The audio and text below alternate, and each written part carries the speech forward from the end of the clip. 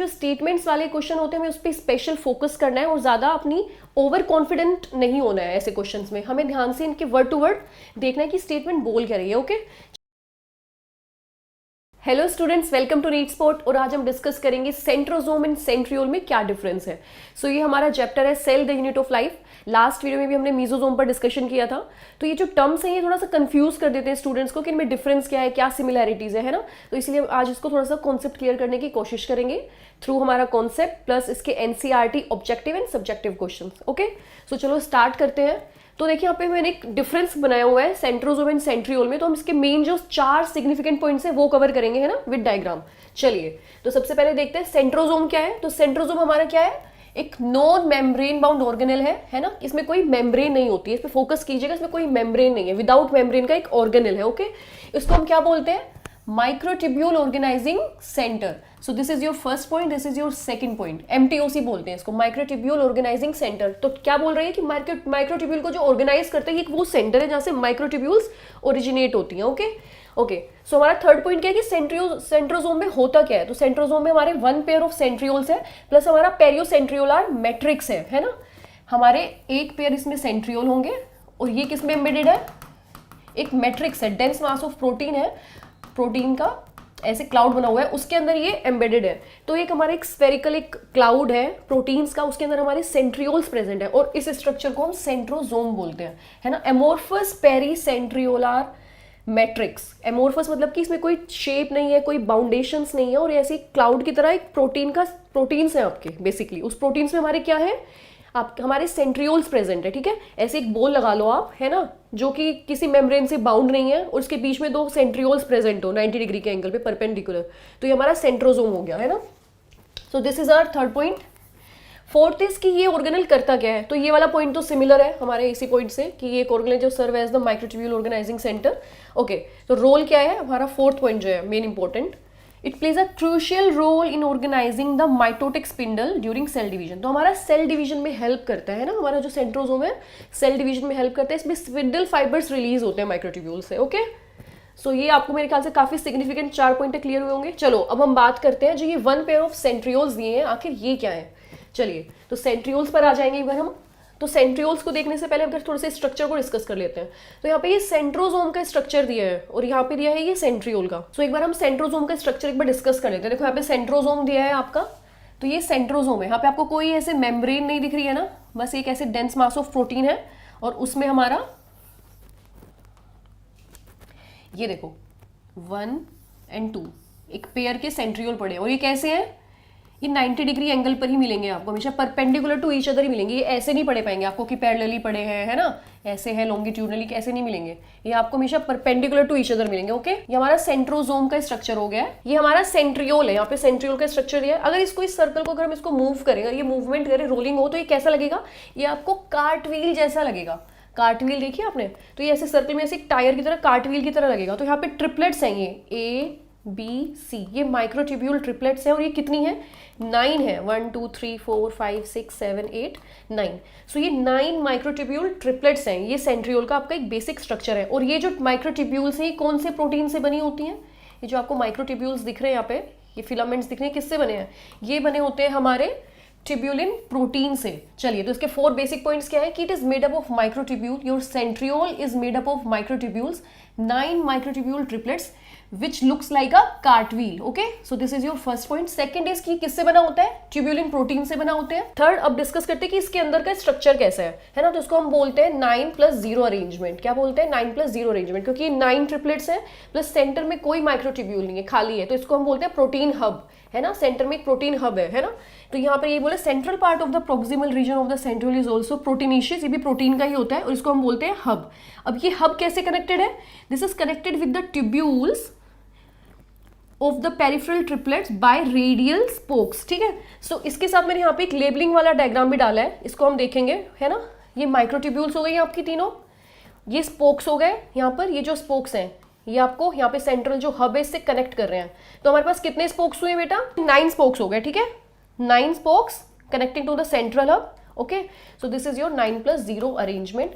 और ये सेंट्रियोल का स्ट्रक्चर है। इसका फंक्शन क्या है, इसका फंक्शन है it is involve in the formation of, same function होगा, स्पिंडल फाइबर्स की फॉर्मेशन में हेल्प करता है, जो कि हमारे सेल डिवीजन में हेल्प करते हैं, plus the formation of cilia and flagella, cilia and flagella की फॉर्मेशन में भी सेंट्रियोल्स हेल्प करते हैं। ओके, अब कुछ बेसिक पॉइंट्स हैं इसके जो और भी इंपॉर्टेंट है, एक बार वो पॉइंट्स डिस्कस कर लेते हैं। यहाँ पर कुछ इंपॉर्टेंट पॉइंट्स मैंने आप लोगों के लिए अरेंज किए, ये जरा एक बार डिस्कस कर लेते हैं कि कैसा अरेंजमेंट होता है। द अरेंजमेंट इज 9+0 ट्रिपलेट, है ना, कि सिलिया एंड फ्लैजिला में कैसा अरेंजमेंट होता है, 9+2 का डबलेट वाला होता है। तो मैंने यहाँ पे मेंशन क्यों किया, क्योंकि ये डिफरेंस बहुत सिग्निफिकेंट है और ये इस पे बहुत इंपॉर्टेंट क्वेश्चंस आते हैं, बहुत ट्रिकी क्वेश्चंस कई बार आ जाते हैं, है ना। वो आपको दे देंगे कि आपका माइक्रोट्यूब्यूल है, आपका सेंट्रियोल में 9+2 का अरेंजमेंट है, तो वो ट्रू है या फॉल्स है। 9+0 का आपको मिलेगा सेंट्रियोल में और 9+2 का अरेंजमेंट आपको मिलेगा आपके सिलिया एंड फ्लैजिला में। ओके, ठीक है। So triplet microtubules are also very important, also seen in basal bodies of cilia and flagella. जो आपके सिलिया एंड फ्लैजिला है, जो आपके सिलिया एंड फ्लैजिला के स्ट्रक्चर की जो बेसल बॉडी है ना, नीचे जो बॉडी है, उसमें आपको मिलता है 9+0 का अरेंजमेंट, है ना, माइक्रोट्यूब्यूल्स का। और ऊपर क्या मिलेगा आपको यहाँ पर 9+2। और याद रखिएगा कि 9 जो है ये ट्रिपलेट्स में है और ये डबलेट्स में है। ओके, चलिए अब कहाँ पाए जाते हैं सेंट्रियोल्स, ये और देख लेते हैं। It founds in animal cells, है ना, where flagella also in flagellated structures, जिन सेल्स में आपके फ्लैजिलेटेड स्ट्रक्चर्स होंगे वहां पर भी पाए जाएंगे, है ना, like your green algae, moss and ferns. और कहाँ नहीं मिलते हैं, एब्सेंट कहाँ होते हैं आपके प्रोकैरियोट्स में, एंजियोस्पर्म्स में, रेड एल्गी में एंड फंजाई में। ओके, सो एक इंपॉर्टेंट पॉइंट शायद मैं लिखना यहाँ पे भूल गई हूँ कि आपके जो हमारे जो सेंट्रोजोम एंड सेंट्रियोल्स हैं वो हमें यूकैरियोट्स में मिलते हैं। लेकिन कौन से यूकैरियोट्स में, प्लांट्स भी तो यूकैरियोट्स ही है ना, लेकिन हमें सिर्फ एनिमल्स में मिलते हैं ना, प्लांट्स में नहीं मिलते हैं, इसलिए ये एंजियोस्पर्म्स में क्या है, एब्सेंट दिखाया गया है। ओके, चलिए अब कुछ क्वेश्चंस डिस्कस कर लेते हैं। तो मैंने आपके कुछ आपका एनसीईआरटी क्वेश्चन सेलेक्ट किए, प्लस कुछ आपके ऑब्जेक्टिव क्वेश्चंस भी हैं, ठीक है। तो ये कह रहा है कि cartwheel structure of centriole plus structure of centrosome, तो हम ये सब डिस्कस कर चुके हैं। अब हम क्वेश्चन देखेंगे। ये पूछ रहे हैं अल्ट्रा स्ट्रक्चर ऑफ सेंट्रियोल कैसा होगा, अल्ट्रा स्ट्रक्चर ऑफ सेंट्रियोल कैसा होगा। ओके, तो the cylinder composed of 9 triplets of microtubules with no central microtubule, a cylinder composed of 9 triplets with no central microtubule. So 9 triplets है और centre में कोई microtubule नहीं है। 9+0 मतलब कि ये करेक्ट स्टेटमेंट है ना। अ होलो ट्यूब फॉर्मेशन बाय 9 पेयर्स, ये गलत हो गया क्योंकि पेयर्स में नहीं है, यहाँ पर 9 डबलेट्स बोल रहा है तो ये भी नहीं होगा। और यहाँ पर बोल रहा है लास्ट में कि a ring composed of 13 protofilaments without tubulin, तो ये ट्यूब्यूलिन प्रोटीन से ही बना है ना, तो ये स्टेटमेंट भी आपकी गलत हो गई। ओके, चलिए तो नेक्स्ट क्वेश्चन देखते हैं। सो क्वेश्चन क्या है, all the following statements are true except, so सारी स्टेटमेंट करेक्ट है, इनकरेक्ट स्टेटमेंट को हमें देखना है। सो ये बोल रहा है spindle fibres are composed largely of microtubules, spindle fibres जो होते हैं हमारे जो सेल डिवीजन करते हैं वो माइक्रोट्यूब्यूल से बने होते हैं, सो this is true. Second is centrioles consist of 9 triplets microtubules arranged in a circle, ये भी सही है, 9 का ट्रिपलेट्स है ना, सर्कुलर में अरेंजमेंट होता है, कार्टविल लाइक स्ट्रक्चर होता है, सो ये भी करेक्ट स्टेटमेंट है। Third statement is all eukaryotic cells have centriole, यहां से आपकी गड़बड़ स्टार्ट हो गई है ना। अगर इसको कट कर दे और ये बोले यूकैरियोटिक सेल्स हैव सेंट्रियोल्स, तो yes eukaryotic cells have centrioles but not all eukaryotic cells have centrioles, because हमारे प्लांट सेल्स भी तो यूकैरियोटिक हैं और उनमें सेंट्रियोल्स नहीं होता है, सो ये स्टेटमेंट हो गई गलत। चलिए नेक्स्ट देखते हैं। ये बोल रहा है all eukaryotic cells have a spindle apparatus, true है, सारे यूकैरियोटिक सेल के पास स्पिंडल अपैरेटस मिलेगी क्योंकि हर यूकैरियोटिक सेल में सेल डिवीजन होती ही है और बिना स्पिंडल अपैरेटस के नहीं होगी, है ना। सो हमारे सेंट्रियोल सेंट्रोजोम का होना जरूरी है, लेकिन स्पिंडल फाइबर्स तो होने ही चाहिए, तभी तो वो सेल को डिवाइड करेंगे, है ना। So this is also correct. Last statement है many of the microtubules in a spindle apparatus attach to kinetochores of chromosomes, ठीक है। सो जो माइक्रोट्यूब्यूल्स होते हैं जो सेपरेट करते हैं वो क्रोमोसोम्स के काइनेटोकोर्स से अटैच होते हैं ताकि वो उनको डिवाइड कर सके।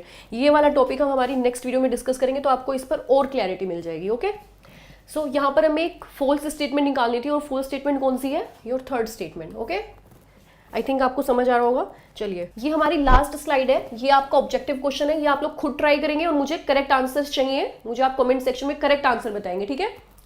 और ये है हमारे कुछ सब्जेक्टिव क्वेश्चन जो आपके बोर्ड एग्जाम्स में हेल्प करेंगे। चलिए इनको डिस्कस कर लेते हैं एक बार। Name a membraneless organelle in eukaryotes, so आप सब जानते हैं मेम्ब्रेनलेस ऑर्गेनल क्या है आपका, हमारा centrosome. Okay, so second question is centriole is made up of which protein, कौन से प्रोटीन से बना होता है सेंट्रियोल, ट्यूबुलिन से बना होता है ना। इसको ये भी बोल सकते हैं, सेंट्रियोल नाम बोल के आपको क्वेश्चन में अगर कंफ्यूज करने के लिए दे दिया जाए कि पेरिफेरल फिब्रिल्स किससे बने होते हैं, सो वो भी ट्यूब्यूलिन से बने होते हैं। ओके, ये लास्ट के 2 क्वेश्चन आप मुझे कैलकुलेट करके बताएंगे कमेंट सेक्शन में कि टोटल नंबर ऑफ माइक्रोट्यूब्यूल्स एक सेंट्रोसोम में कितने पाए जाते हैं प्लस एक सेंट्रियोल में कितने माइक्रोट्यूब्यूल्स होते हैं। ओके, तो आप प्लीज इसको टैकल कीजिए, सोल्व कीजिए और मुझे आंसर्स भेजिए। ओके, तो आई गेस आपको कॉन्सेप्ट्स क्लियर हो गए होंगे, काफी कुछ समझ में आया होगा। आप इसको अच्छे से वीडियो को दोबारा देखिए, रिवाइज कीजिए तो आपको अच्छे से क्लियर हो जाएगा। और क्वेश्चंस प्रैक्टिस कीजिए, क्वेश्चंस प्रैक्टिस करने से ही आपका नीट क्लियर होगा, सिर्फ only concepts will not help. Okay, so next video में हम डिस्कस करेंगे सेंट्रोमियर एंड काइनेटोकोर, क्योंकि ये भी बहुत सिमिलर है आपस में, क्रोमोसोम्स पर पाए जाते हैं और बहुत कंफ्यूज करते हैं। Okay, so stay tuned and keep watching NEET spot.